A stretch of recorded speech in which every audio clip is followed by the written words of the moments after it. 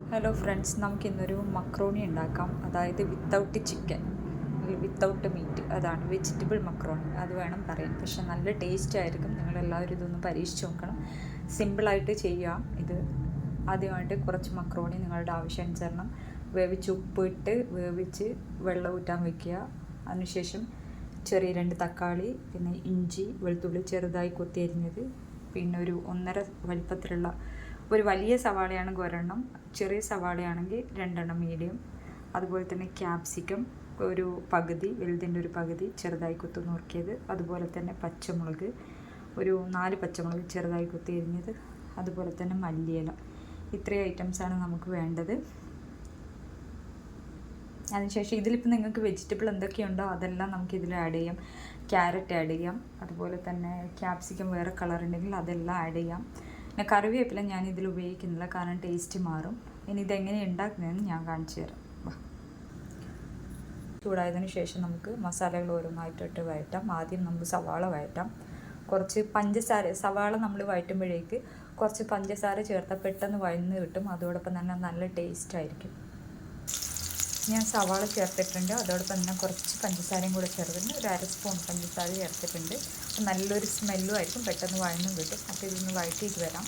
അപ്പോൾ ഉള്ളി അത്യാവശ്യം വഴന്നിട്ടുണ്ട്. ഇനി നമുക്കതിലേക്ക് ഇഞ്ചി വെളുത്തുള്ളി കൊത്തി അരിഞ്ഞിടാം. കാരണം അതിൻ്റെ ഒരു ചുവ മാറണമെങ്കിൽ കുറച്ച് നേരം വഴറ്റേണ്ടി വരും.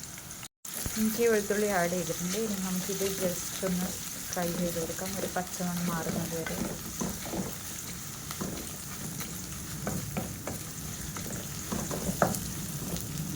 അതിനുശേഷം നമുക്ക് ക്യാപ്സിക്കം ആഡ് ചെയ്ത് കൊടുക്കാം. ഇതൊന്ന് ജസ്റ്റ് ഒന്ന് നമുക്ക് ഒന്നൊരു 5 മിനിറ്റ് നമുക്ക് വഴറ്റി കൊടുക്കാം. 5 മിനിറ്റ് വേണ്ട, ഒരു 2-3 മിനിറ്റ് മതിയാവും.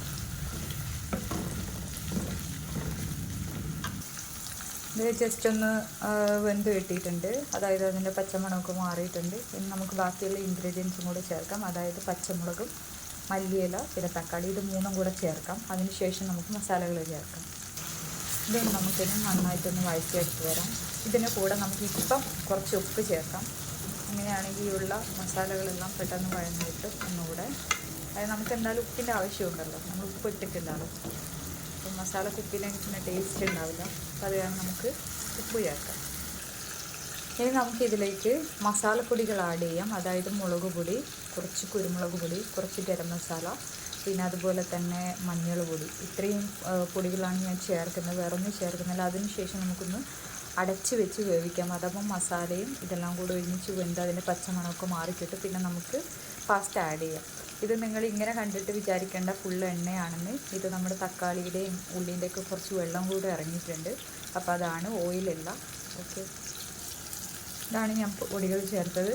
അതായത് മുളക് പൊടി ആവശ്യത്തിന്, കുരുമുളക് പൊടി, ഗരം മസാല, പിന്നെ ഇച്ചിരി ജീരകപ്പൊടിയും കൂടെ ഞാൻ ചേർത്തിട്ടുണ്ട്. നല്ല ജീരകം പൊടിച്ചത്. കുറച്ചത് ആവശ്യമുണ്ടെങ്കിൽ ചേർത്താൽ മതി, ഇഷ്ടമില്ലെങ്കിൽ നമുക്കത് സ്കിപ്പ് ചെയ്യാം. പിന്നെ നിങ്ങൾക്ക് എന്ത് പൊടി വേണമെങ്കിലും ചേർക്കാം. അതായത് വേറെ നമ്മുടെ ഇറച്ചി മസാല ഉണ്ടെങ്കിൽ അത് ചേർക്കാം. ഇനി ഇതിൽ പൊടികൾ ഇഷ്ടമില്ലാത്തതുണ്ടെങ്കിൽ അത് നമുക്ക് സ്കിപ്പ് ചെയ്യാം. അപ്പോൾ നമ്മുടെ മസാല റെഡി ആയിട്ടുണ്ട്. ഇനി നമുക്കിതിലേക്ക് മക്രോണി ആഡ് ചെയ്യാം. അപ്പം ഞാൻ മക്രോണി നന്നായിട്ട് ആഡ് ചെയ്ത് എല്ലാം കൂടെ മിക്സ് ചെയ്തിട്ടുണ്ട്. പിന്നെ നമുക്കൊന്ന് അടച്ചു വെച്ചിട്ട് ഒന്നുകൂടെ എല്ലാം കൂടെ മസാല പിടിക്കുന്നവരെ നമുക്ക് വയ്ക്കാം. നമ്മുടെ പാസ്ത റെഡി ആയിട്ടുണ്ട്. നമുക്ക് ആവശ്യാനുസരണം പാത്രത്തിലേക്ക് മാറ്റിയിട്ട് നമുക്ക് സെർവ് ചെയ്യാം. നിങ്ങളെല്ലാവരും ഇതൊന്ന് പരീക്ഷിച്ച് നോക്കണം. വളരെ സിമ്പിളാണ്. നോൺ വെജൊന്നും ഇല്ലാത്തവർക്ക് കഴിക്കാൻ പറ്റിയൊരു ഐറ്റമാണ്. എളുപ്പത്തിൽ ഉണ്ടാക്കാൻ പറ്റും. കൂടുതൽ ഇൻഗ്രീഡിയൻസും നമുക്ക് ആവശ്യമില്ല.